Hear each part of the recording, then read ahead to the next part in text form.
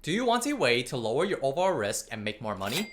This is a technique that can accomplish both, and that is portfolio rebalancing. What you invest in makes up your portfolio, and your asset allocation determines what and how much goes inside of your portfolio. For example, 60% in stocks, 40% in bonds. Your portfolio is like a cookie, and your asset allocation is like the recipe for the cookie. Over time, your investments will grow at different rates and move away from their original preset percentages/ratios. For example, 70% in stocks and 30% in bonds. Portfolio rebalancing simply means resetting and bringing your portfolio back to its original asset allocation, recipe, or preset percentages. Basically, different seasons will grow different investments. Some seasons will grow stocks like crazy, and some seasons will grow bonds like crazy. If you rebalance, you can maximize your profits and lower your risk. It gives you a chance to sell things while they're expensive and buy things while they're on sale. What goes up this year might drop the next year. Rebalancing gives you control over your risk and reward instead of the market.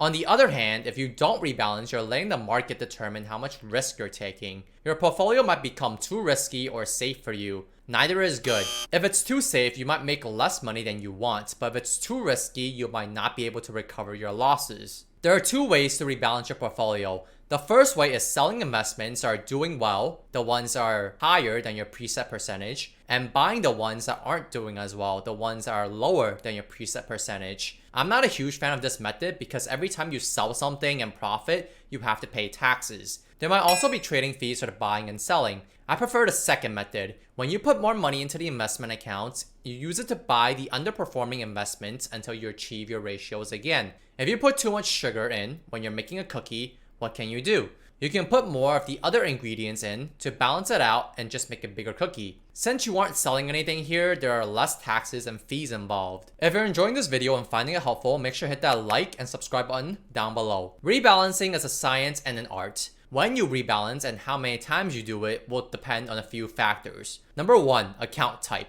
If you're in a tax advantage account, you can rebalance more often without worrying about taxes. Number 2, fees. If you pay fees for trading, you might not want to rebalance so often.